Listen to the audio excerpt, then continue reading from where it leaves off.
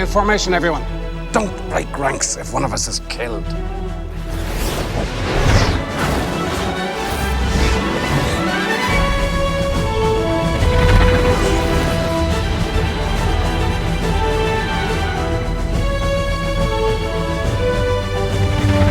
Hello, I'm Daniel Radcliffe and I'd like you all to join us now as I take you from Hogwarts to Hollywood as we go behind the scenes of the making of Harry Potter and the Order of the Phoenix.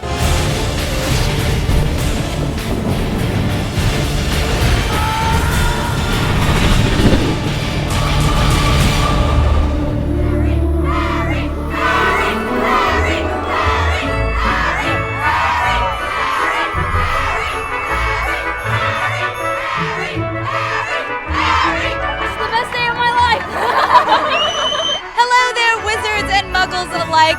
We're here at the world-famous Grauman's Chinese Theater in the heart of Hollywood for the U.S. premiere of Harry Potter and the Order of the Phoenix. I'm Kristen Holt. And I'm Chris Gore, and no sequel is more anticipated than Warner Brothers' epic fifth film, Harry Potter and the Order of the Phoenix. Yes, fans are going crazy here, and for the next hour, we're going to give you everything Harry Potter, okay? Including an exclusive clip that you can only see right here. And Kristen was in London to get up close and personal with the young stars of Harry Potter. And I also had the opportunity to talk with the creators of the Order of the Phoenix video game, as well as giving the game a little test run. Zach Selwyn checked out the IMAX release of Order of the Phoenix. And as always, Zach mixed it up with the fans. He also got a preview of the much anticipated Harry Potter theme park coming to Universal Studios Orlando. And I'm going to take you on a VIP tour of the Harry Potter Museum. We're also going to go behind the scenes for an exclusive look at the making of Harry Potter and the Order of the Phoenix. And right now we're here on the red carpet to show you the fan reaction to real British royalty. That's Harry, Ron, and Hermione.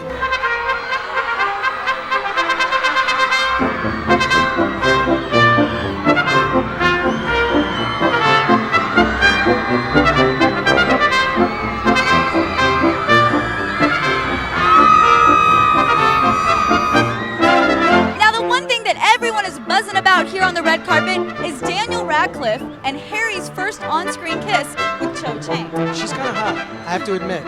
Okay, I'll take. Yeah, Harry's kind of getting hot too. So, anyways, focus. I went to London and I interviewed the cast about that kiss, and here's what Daniel had to say. The great thing about the kiss in the film is that it's very clumsy and sweet, and it's not very sort of smooth, which is how all first kisses are, and so it should be portrayed. But everyone always thinks it's so sort of clinical, like. You know, it's you get on your marks, and then they say, "Can you just move your head a bit to the right?" So you sort of go like that. And you leave your lips there. Yeah, you have to, yes, to give the lighting. People, you know, that's how it works. And it is a very, very strange experience, actually. Enjoyable. We'll have a lot more with Daniel later in the show. Absolutely, so don't go anywhere. The 18-year-old British actor is definitely the man of the hour right now, and I'm here to tell you.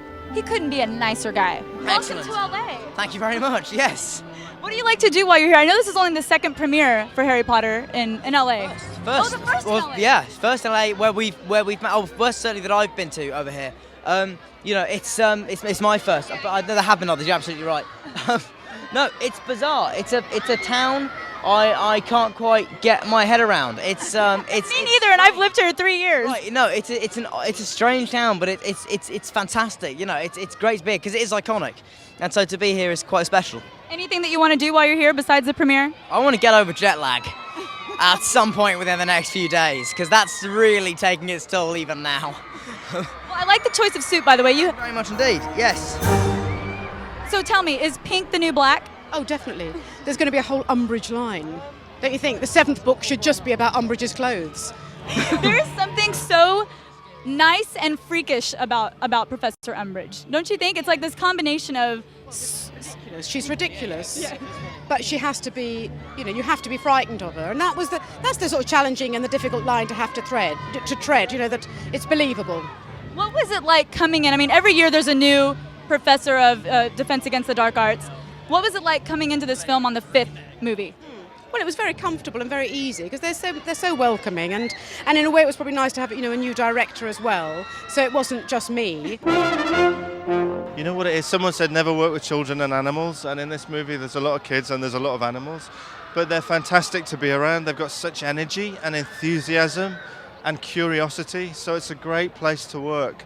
And my attitude, you know what directors should really inspire. That's what directing's really about. It's about giving people a safe place to do good work, and that's what I try and do. And you're signed up for the next movie, Half-Blood Prince. How does that feel? I can't wait. I've had a ball making this one, and I can't wait to start shooting the next. Great, it's going to be fun. So how does this feel? There's crazy fans right now screaming your name. Is it flattering or a little bit scary? A bit of both, really. Like getting out of the car, I was shaking a bit. It was a bit scary because we're not really used to it. I mean, premieres are usually quite big, but this has been massive. Yeah, it's amazing. So like right now, people are taking pictures of the back of your head. How does that make you feel? I don't know. It's quite strange, but It's gonna be a bunch of red hair on the internet tomorrow. You know that. that's not bad. How do you keep the films consistent with the cast growing up and different directors, and you're like the godfather of the Harry Potter movies? Well, you know, I mean, the thing is everybody who's involved in Harry Potter is a fan. You have hardcore Harry Potter fans who want to make the very best films, who want to please ourselves, and in pleasing ourselves, we believe we'll be able to please the fans. So it's not that difficult. Joe Rowling gives us magnificent books. We have great actors. We've had great directors. You know, it's fun. And you get to call her Joe. I get to call her Joe. Thanks so much. I appreciate it. Thank you Take very care. much. Hey Emma, I met you in London. So good to see you. So what's it like? How's your trip to LA been? It's been amazing. It's been amazing. It's so nice to see sun. In London it was raining and cold and horrible, so this is amazing. How long are you guys going to be here? I know some of the other members of the cast said they're going to Santa Monica for a week and hanging out. Do you get that? I'm so jealous. That's so unfair. I'm only here tomorrow and then I go and I'm going to New York, so yeah, that sucks. So are the fans crazier here than in London? It's a close one, but maybe. Or like seriously, like I'm quite surprised how many people showed up. I mean, it's amazing. The reception we've had is incredible. Hey guys, I'm here with Chris Rankin. He plays Percy Weasley in all the Harry Potter films. And we'll be back right after the break. Still to come, we talk to the cast and crew of Harry Potter as we find out what it takes to bring their magical world to life as we go behind the scenes of the Order of the Phoenix.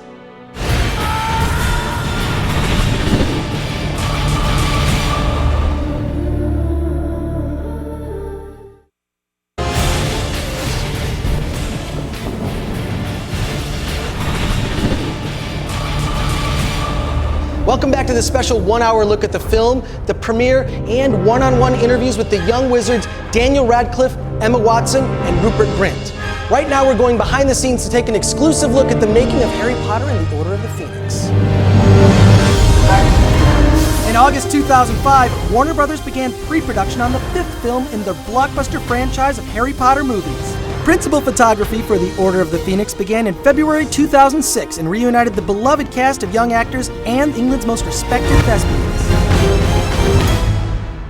As usual, the latest installment includes some fresh faces both in front of the camera and behind the scenes, including first-time Harry Potter director David Yates. I'd been working in British television and I was getting movie scripts sent quite often, but they were all terrible. And so I turned down a few things, and then Harry Potter came along, and I thought, oh, I've got to do it. He's just a great director who has great passion for the material, great sense of the characters. Not only is he an absolutely delightful man, but he's also a brilliant director. He's very nice, very enthusiastic, amazingly enthusiastic, tirelessly enthusiastic given how long the shoot was. And with Harry Potter, you know there's an audience there, so your ambition and your kind of desire really is to exceed their expectations. You can be doing a scene and you can be talking over and talking over and talking over. Then at the end of the scene, he'll say a few words and he'll be like, oh yeah, that's much better actually, David, than everything I just said. He was brilliant with the kids, but he was also really he was demanding. Looks all cuddly, but underneath. It seems like only yesterday that the world was introduced to Harry and his cronies Ron and Hermione. But in front of our eyes, those youthful wizards have turned into Hogwarts hotties. I think the best part is just to see any child grow up and to see them, on the one hand, remain exactly the same people that they were when the process began, and in the other way, mature and grow, become better actors. This one, I think, is a lot more grown up. You can definitely see sort of we're much more mature. It's very much a coming of age, and it's that moment when you go from being a child and seeing the world in sort of simpler black and white terms to seeing it's more nuanced than that, and there are shades of grey in the world. Concentrate, Potter. As the series of books by J.K. Rowling have grown darker and more sinister, so have the movies, especially The Order of the Phoenix. Sort of, it's a lot darker as well, and they go through a lot more sort of complex sort of stuff in this. We know that a war is coming, and there's a real sense of a growing danger that you can't quite define. And that's the thing, that things become more scary when you can't put a name to them. You saw only what the Dark Lord wanted you to see. I think it's really cool how they get darker and more mature and more edgy, and it's really exciting. The world of Harry Potter's become very dark indeed, with looming suspicions of the return of Lord Voldemort. And naturally, some new villains have emerged as well. Professor Umbridge is really interesting. She just feels that she's terrified that Dumbledore is going to be a real threat to the Ministry of Magic. Dumbledore's been interrupted by this little woman in pink. She talks like that. She doesn't really like me. It's so silly of me, but it sounded for a moment as though you were suggesting that the Ministry had ordered the attack on this boy.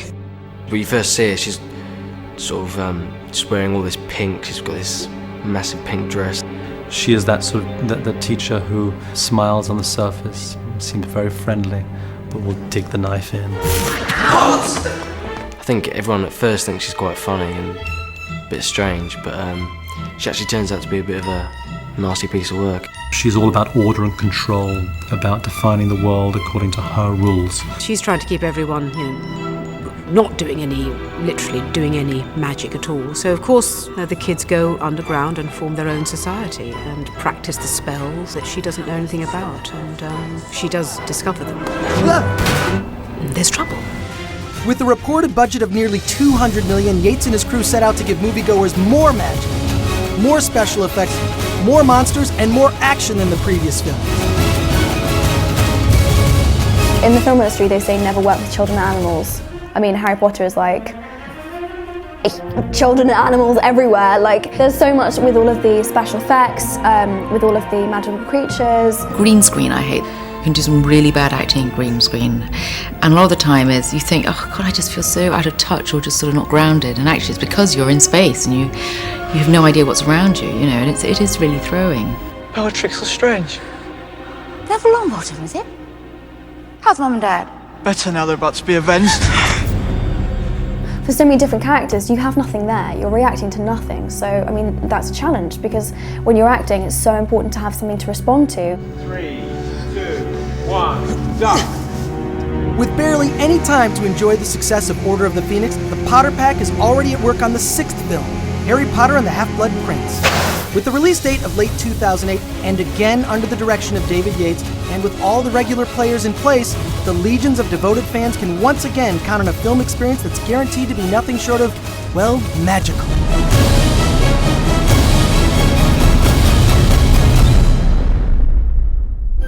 Don't go anywhere because after the break, we're meeting the man himself, Harry Potter. Hello, I'm Daniel Radcliffe. I'll do that again because I sound like I forgot my name.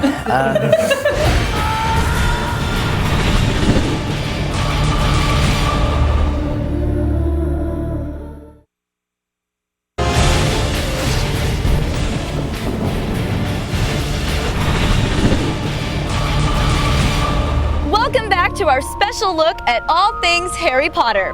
I'm here in London and I had a chance to sit down with Harry, Hermione, and Ron. But first, let's take a look way back when the world became wild about Harry.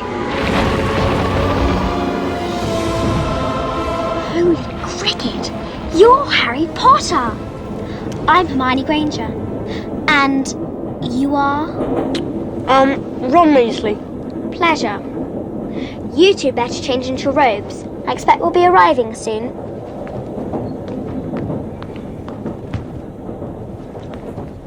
You've got dirt on your nose, by the way. Did you know? Just there. What has it been like for you growing up in front of us as viewers? I guess I haven't really thought about it because it just kind of, I don't know, that's just the way it is, but like we've been doing this since we were so young, and so it's really scary because like it's the first time I've seen like a picture of me now with like a picture of me at the beginning. There's actually a flashback and I'm just like, oh my goodness, we look so young. My cheeks are so chubby and just like all this stuff is so my weird, gosh, but- okay, no. Yes, it's true, but it's really funny. How does it feel having Harry Potter 5 finally come out? Oh, I can't actually tell you. It's so good because I finished filming in October and the film is just coming out now. So the tension has been like just building and building and building and building. And literally I feel like I've waited for like a year to actually see the film, and I only saw it a week ago. I am always so nervous. I'm so excited to see the film. My dad was like, I think about 20 minutes into it, he kind of leaned over to me and he whispered in my ear, he was like, remember to breathe. Harry, listen to me. There's a reason the symbol of Slytherin House is a serpent. Salazar Slytherin was a parcel mouth. He could talk to snakes too. Exactly. Now the whole school's gonna think you're his great-great-great-grandson or something. But I'm not. It can't be. Does it feel like your whole life has been this?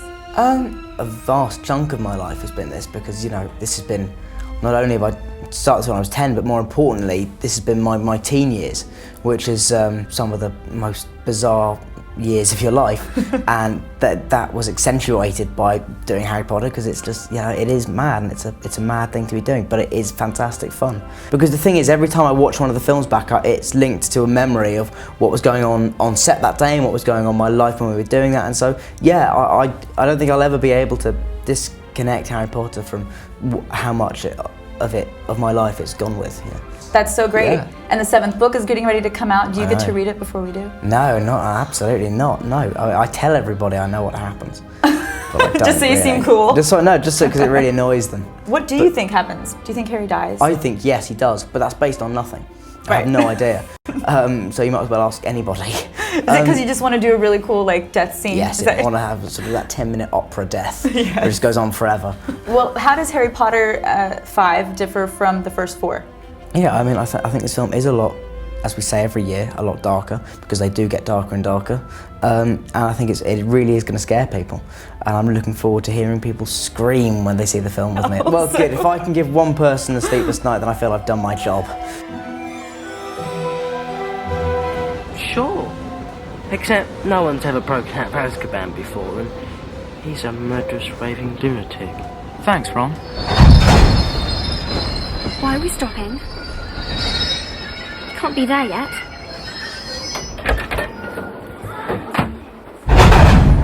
What's going on? Dunno. Maybe we've broken down. Ouch, Ron, that was my foot. There's something moving out there. What's it been like for you growing up in front of the world? I started when I was 11, so it's been like, I'm 19 this year. Oh so my it's been gosh. about 8 years. Being a huge part of it like you are, what's the coolest thing you've gotten to do?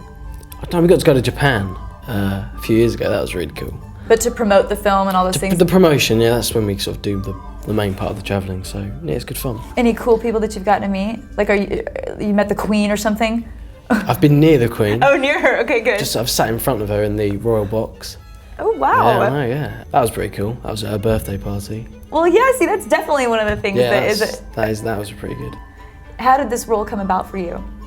It was a real fluke, really. It was there's a programme here, sort of a news show for kids called Newsround, and they were asking sort of kids my age to send in like an application form, and a few people have sent in a videotape. So I made a little videotape. My mum filmed it, Aww. and I did like this little rap song of how much I wanted to be in the film.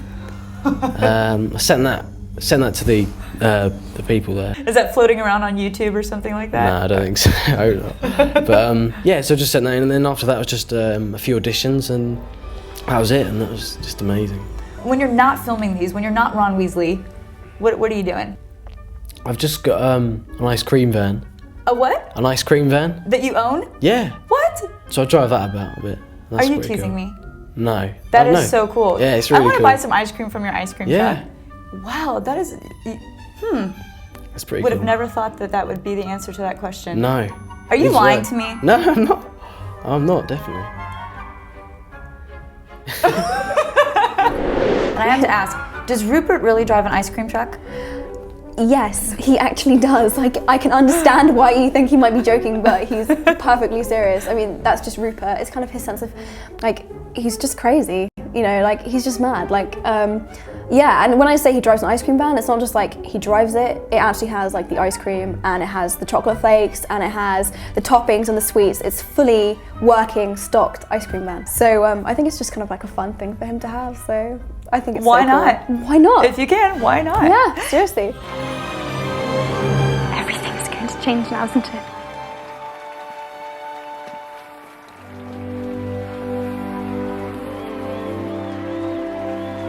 Yes.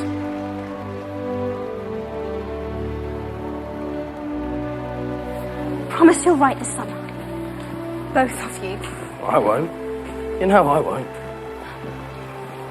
Harry will, won't you? Yeah, every week.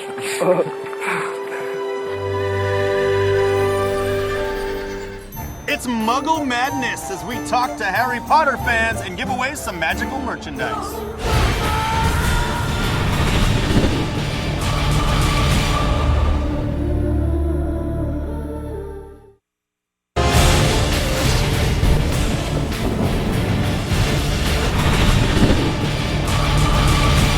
Welcome back to G4's 1 hour special celebrating Harry Potter and the Order of the Phoenix. Yo, it's Zach. I'm here with some truly energetic Harry Potter fans. Here's the deal. What I'm going to do is give away some really cool stuff to these muggles if they get these questions right. You guys want to win some stuff today? All right, here's what we're going to do. I'm going to bring out a trivia question from the new Mattel game, Harry Potter 2nd edition Seen It. This thing is on shelves now. It's awesome.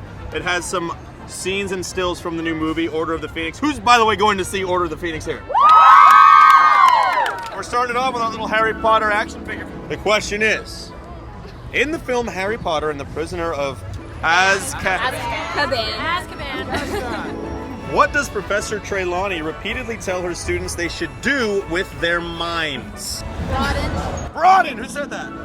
Wow, come on over here. Congratulations, you just won yourself a Harry Potter action figure from NECA. Tell me what this is. That's Hermione's wand. In the film Harry Potter and the Order of the Phoenix, what is the name of the house elf who lives at... Creature? Absolutely correct! Oh yeah, the good people at Giant T-Shirts have given us this very awesome Slytherin T-shirt. In the film Harry Potter and the Order of the Phoenix, Hagrid says he was away from Hogwarts because Dumbledore sent him to meet with what group? All right, here we go. What is the answer? The Giants. Absolutely correct. How many Vespas does Harry Potter own? A Vespa being an Italian motor scooter. 0? Yes, 0 is correct. Wow, he almost didn't fall for the trick question, but you got it, dude. Nicely done. What do you think? Does he look like Harry a little bit? You know, it's never too early to plan your next holiday vacation, so you're going to want to write down Orlando, Florida in the year 2009, because that is when Universal's Islands of Adventure theme park unveils the Wizarding World of Harry Potter, a fully themed environment that mirrors the environment we have read about and seen on the big screen with our favorite wizard, Mr. Harry Potter himself. It's going to be an incredible theme park, and with me, as always, is the VP of Universal Theme Park Development, my main man, Scott Trowbridge. Dude, how you doing? Very well. How are you? Very excited. As am I. Wizarding World of Harry Potter. So this is going to be a theme park. It's going to be a big deal. Islands of Adventure in Orlando, a brand new island to add to that park. It's going to be the biggest addition we've ever made to one of our theme parks. It's going to be one of the most ambitious projects we've ever done, and it's really a dream come true, because this will be the first time anyone's been able to walk into this world and experience the magic firsthand. So being able to kind of create that world it's pretty special. It's going to have everything from the village of Hogsmeade to the Forbidden Forest, and even Hogwarts Castle, which is kind of like the granddaddy of all the Wizarding World, and it's kind of a stepping off point for many of Harry's adventures, and going to be a stepping off point for an adventure of our own. Awesome, man. How did this come about? Well, at Islands of Adventure in Orlando, it's a whole theme park based around great stories and great adventures. So it's Jurassic Park, and the Marvel superheroes, and the Seuss Landing, the world and imagination of Dr. Seuss. So being able to find a property like Harry Potter that's in its core essence is this great series of books turned into a fantastic series of movies, and now being able to turn that into a real environment that anybody can come to and experience firsthand, you know, it's absolutely the right thing for Islands of Adventure, and it's a great fit for Universal. We're working with the same people who brought these movies and stories to life, people like J.K. Rowling herself, of course, Stuart Craig, the production designer. People who've worked to make these movies a reality are helping us to make this fully realized theme park environment a reality as well. So it really does take a special kind of magic. Can you just run through a couple experiences that the guests will get once they walk through the gates? We are going to have an opportunity to go to the Forbidden Forest. You never know what you're going to find there. Hogwarts Castle will be the home of a brand new state-of-the-art attraction. We've been working on some of this technology for years, as well as the Hogsmeade Village, you know, filled with all the stores, restaurants, and other attractions and experiences you'd expect to find in one of the Wizarding World's most magical villages. Can I just throw this out there, just an idea? If you want to get a flaming Southern Comfort shot, you call it the Goblet of Fire. That is a good idea. I'm going to write that down. Oops, I don't have a pencil. Damn! Scott, thank you, man. Thank you for letting us into the Wizarding World of Harry Potter. You're welcome. A little bit of a preview. Little preview into that. Of course, look for that in Orlando, Florida in 2009. Until then, you're just going to have to go see the films, keep reading the books, and get prepared, because it's going to be pretty incredible. Thanks, buddy. All right, thank you. Thanks for coming by. Thanks for the broom, We'll by the way. see you in 2009. Now fly carefully. Coming up, I'm taking you on a tour of the Harry Potter Museum exhibit here at Warner Brothers Studio for a sneak peek at the costumes and props from Harry Potter and the Order of the Phoenix.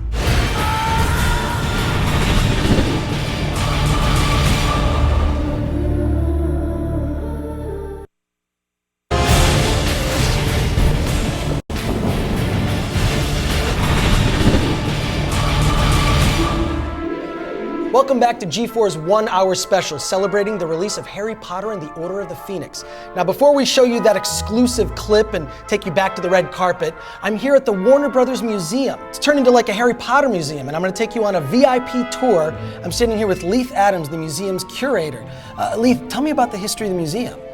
Well, the museum started in 1996. The Harry Potter exhibit started in 2002 after the opening of the first film.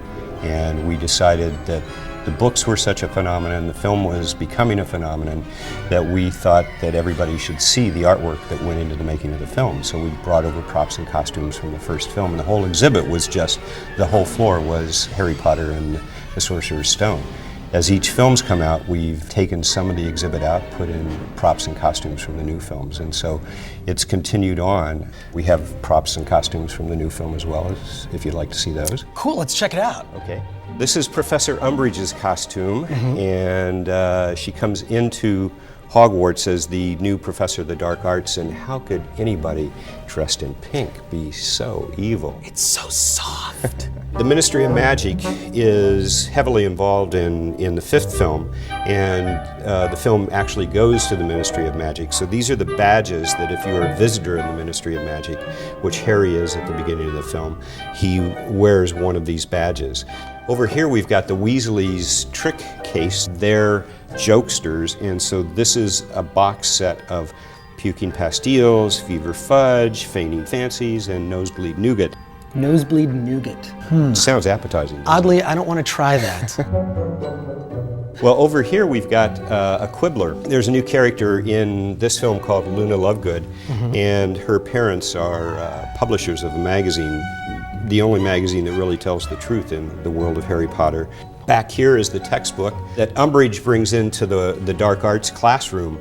What is happening is it's the dumbing down of Hogwarts, and that's why Harry and the students rebel, because they're not getting the education that they know they're going to need to fight Voldemort. Tell me about the Daily Prophet. Well, these are three of the newspapers that are in Harry Potter and the Order of the Phoenix. These are three of the plot points that happen in the film. Obviously, big headlines. This is scandalous stuff, and potions on page 2. Just wanted to note that. Leith, who decides what props come to the museum? Well, the production decides, because they'll know what they're going to use in the next film. So what we hope to do is choose really unique things that aren't going to be seen in the next film, so they can be seen by the public who comes to the museum. But basically, I mean, this is something I'd like to have. It's petrified Hermione from the Chamber of Secrets. Now, this is something I would love to try, is some of the candies from Harry Potter. This is all real candy. It's mostly marzipan. This is candy from both Hogsmeade and from the candy cart in the first film. Sugared butterfly wings, tooth-splintering strong mints, the slug pellets and chocolate frogs. Leaf, this is from the first film. I mean, if this were in New York, it'd be a huge apartment, but in the movies, this is where Harry lives, under the stairs. This is Harry's set. This is actually a full set. It's on wheels and can be moved around from stage to stage. Leaf, even I know what this is. I mean, this is the Sorting Hat. Yep. Can I try it out? You sure may. I want to see what house I would be in. All right. This is great. This really works. Yeah. Where shall I put you? I know. Gryffindor! I made it to Gryffindor. How do I look? Not bad. Not bad? That's all I get? Yeah. Now, I got to check this out and see it, but how does someone off the street just come and see this museum tour? It's a part of the Warner Brothers studio tour. They'll see the whole lot, plus the museum, and it's online, and then also they can call the tour office here at the studio. Great. Thanks a lot, Leith. We got to see props from Harry Potter and the Order of the Phoenix and all the Harry Potter movies, so, I mean, I'm in geek heaven. Well, the magic isn't over yet. We're back on the red carpet, gearing up for a look at an exclusive clip you won't see anywhere else, as G4's Harry Potter and the Order of the Phoenix special continues. Stick around, because in just a few minutes, I'm showing you how IMAX is taking Harry Potter 3D. Coming up after the break, it's Harry Potter and the Order of the Phoenix video game, Wingardium Leviosa!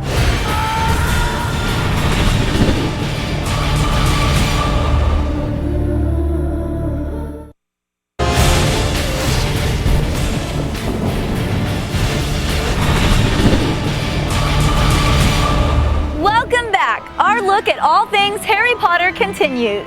Now, we couldn't ignore the fact that a Harry Potter Order of the Phoenix video game is coming out the same day as the movie. So, wizards, grab your wands. How is Harry Potter Order of the Phoenix video game different from those in the past? Probably the biggest difference is the level that we've gone to get it close to the film this time. Our audience have They tend to get to the films before they get to the books now, so people think of Harry Potter as Daniel Radcliffe, they think of the Hogwarts they see in the movies. So that's why we've sort of tried to make this game a lot closer to the film. Which cast members lent their voices to the video game? We had 22 members of the cast come in and voice their parts, but we also managed to, for some of the characters this year, do head scans for them as well, so we could get their likenesses in the game. Do you play video games? Well, I actually went through a stage, I think it was Prince of Persia 2 or something like that, and literally I was just addicted. Well, the Harry Potter and the Order of the Phoenix game is coming out too. Actually, I already have had a preview of it, and it's pretty incredible, all of the effects and how real Dan, Rupert and I look in comparison and stuff like that. It's really cool. How much access did you and the other game makers have to the set, the cast of Harry Potter? We had unprecedented sort of access to the film this year. We were allowed to go onto the sets with our digital cameras and take photographs of the sets as they were in place. And because we're making a video game, people looked at us a little strange. We were sort of taking pictures of the floor and the ceiling and the wood and curtains, and they're thinking, what are they doing? Yeah. So another really cool fact that I heard about the video game is that Hogwarts is very authentic in this game. Tell me about that. Hogwarts, is probably the most authentic it's been. Because we got the blueprints from the film sets, because we went to the locations and took the photos, and we went to the sets and took the photos. It's probably as close as it can get to the experience that I got from walking onto the set. The fans can get that same kind of feeling. The difference being that then when they walk out, they walk into another part of Hogwarts as opposed to a giant dusty warehouse. Interesting. Yeah. Now, I know the game's being released on a number of different systems, from the PS2, PS3 to the Wii. How does gameplay differ on each of the consoles? They're telling the same story, so the game in that sense is very much similar. But when you get to things like the Wii and the PS3, that we're using the 6-axis controller for helping you to accentuate your spells when you cast them, and also the Wii remote is your wand on that. Go table! Leviosa! So what is the greatest challenge in making a video game based on a film? The fact that the film and the game have to come out at the same time, but the game has to be finished 2 months before the film does. And that the film, we're waiting for what the film is doing. We're waiting to see what they're doing with the story, the script, which changes throughout. And we're waiting for them to build the sets and to design the costumes. So, that's probably the biggest challenge. Anything that related to the film, we have to wait for. And we have to be finished first. Do you play video games? I do play video games, yes. I'm not very good at them, but I play a lot of sort of sports games. What's your favorite? Sports that people in America won't know what they are. What is there, like cricket on the Wii? Ah, yes! Yes, well done, you knew the name of it. Now, we all love going to the movies, and if you haven't been to an IMAX entertainment film, then you are truly missing out on a unique sensory movie-going experience. I am here in Santa Monica, California at the headquarters for IMAX Entertainment. With me is the president of IMAX Filmed Entertainment, my man Greg Foster. What's happening, dude? How's it going, Zach? I'm all right, man. Good. I'm hanging in there. Order of the Phoenix. Order of the Phoenix comes out July 11th. Explosive final 20 minutes in IMAX 3D. Very good news. Are there any other things that we're going to see in the IMAX version of Harry Potter that you might not be able to catch in the theaters? When you're watching the 3D element of it, first of all, with IMAX in general, there's an extra layer of detail and dimension and sort of depth in terms of contrast. With the 3D, there will be things that will pop out at you in the end of the movie that you just simply can't experience any other way. Now, there's obviously a big process to converting a film to IMAX. Right. We start with either film or a digital intermediate, and we go through a highly comprehensive digital conversion process that's called DMR. What's really changed for our business is the technology element of it. It took us to do the first film, which was Apollo 13, 3 months. It took us to do 300, 10 days. 10 days, so close. We were able to really pick up our efficiency. And what we do is we take a piece of film or a digital intermediate and we up-res it. We create it at a higher level of resolution than it was originally outputted. And what that does is that provides more depth, more dimension, more character, etc. And we'll then output into IMAX film. In about a year and a half, we'll be digital. So we won't have film like this any longer. We'll also have a digital output of it. The world is definitely turning digital, and IMAX has been at the forefront of digital innovation and technological innovation for a long time. We will continue to be. That's right. Go see your IMAX films now. It's one of the most incredible experiences I know I've ever had, and I'm looking forward to seeing We're very the Order happy. of the Phoenix. Very happy that you are. I think everyone's going to have a really cool time. Greg, I want to thank you so much for the tour of the IMAX facilities. My pleasure. It's nice to meet you, Zach. Be ready for Harry Potter and the Order of the Phoenix coming in IMAX 3D to the biggest and coolest theater in your area. So why do you think Harry Potter is so appealing to so many people? I think it is just due to the fact that everyone's a kid inside, really. And it's now acceptable to, release that inner child. And I think that's all it is. I think that's what it comes down to. I think you're right. More Harry Potter and an exclusive clip of the Order of the Phoenix when we return.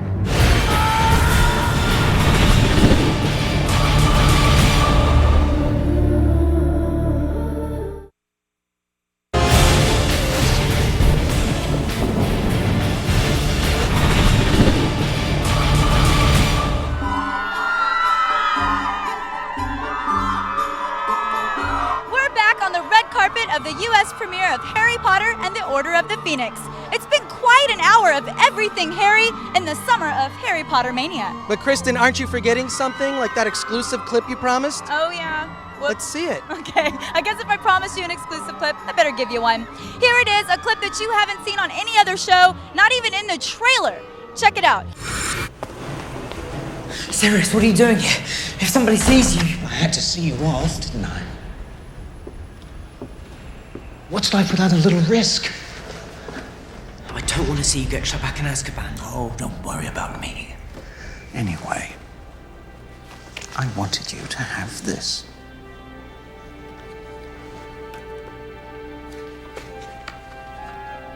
Original Order of the Phoenix. Marlene McKinnon. She was killed 2 weeks after this was taken. Voldemort wiped out her entire family. Frank and Alice Longbottom. Neville's parents. They suffered a fate worse than death, you ask me. It's been 14 years. And still a day doesn't go by. I don't miss your dad.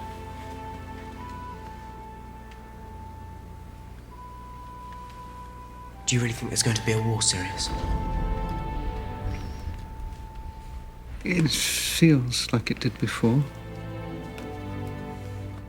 That's it. Our work is done. It's been a blast. Thanks for being with us. Actually, Chris, it's not over yet. What else do we have? Well, earlier today, my new BFFs, Daniel, Emma, and Rupert, they did something very special that put them in the Hollywood Hall of Fame, along with Marilyn Monroe and R2-D2. So as we say goodbye, let's take a look at the festivities on the legendary Walk of Fame at Grauman's Chinese Theater.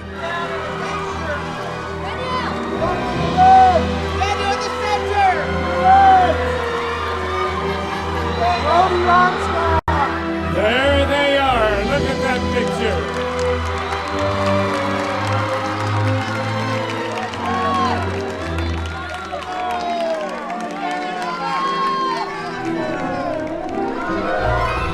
Don't forget, the movie opens nationwide on July 11th, including your local IMAX. So get out there and see it. You don't want to miss it. From Hollywood, it's Wingardium Leviosa. I'm a huge Harry Potter fan. The minute I knew this movie was being released, I told my people, "Can I go to the premiere? Can I go, please?" Here I am. They let the old guy come to the kids' movie. I've seen the movies, but I don't really know if I understand completely. That's really bad, but I'm here. I don't want to say I saw the movies and then someone asked me like a really deep question about it, maybe like, I don't know. What brings you out tonight? My daughters, they're huge Harry Potter fans, and so they make me read the books before I can see the movie, and I'm up to book 5, so I'm allowed to see the movie. You almost have to read the book before you see the movie. Usually it's the parents trying to get the kids to read. In this case, it's the kids going, "Dad, you got to read the book or you can't see the movie," and we're filming new 5th graders, so this just worked out, Love that show, by the way. Well, if they didn't give me the answers, it would be the shortest show on television. I have to do a 10-minute sitcom. All right, so can you finish my sentence? You might be a redneck muggle if. I stumped Jeff Fox. If you're Jeff Foxworthy standing on the red carpet, usually the carpet I'm standing on has mud on it. Now, in London, you told me that you own an ice cream truck, so I brought this for your truck. Oh wow, that's really cool. Because Emma told me it was fully stocked, so. Well, I don't have any of these yet, so this is really Well, that's some good American treats for you. I don't know if they sell them in London, so. It's wicked, thanks for that.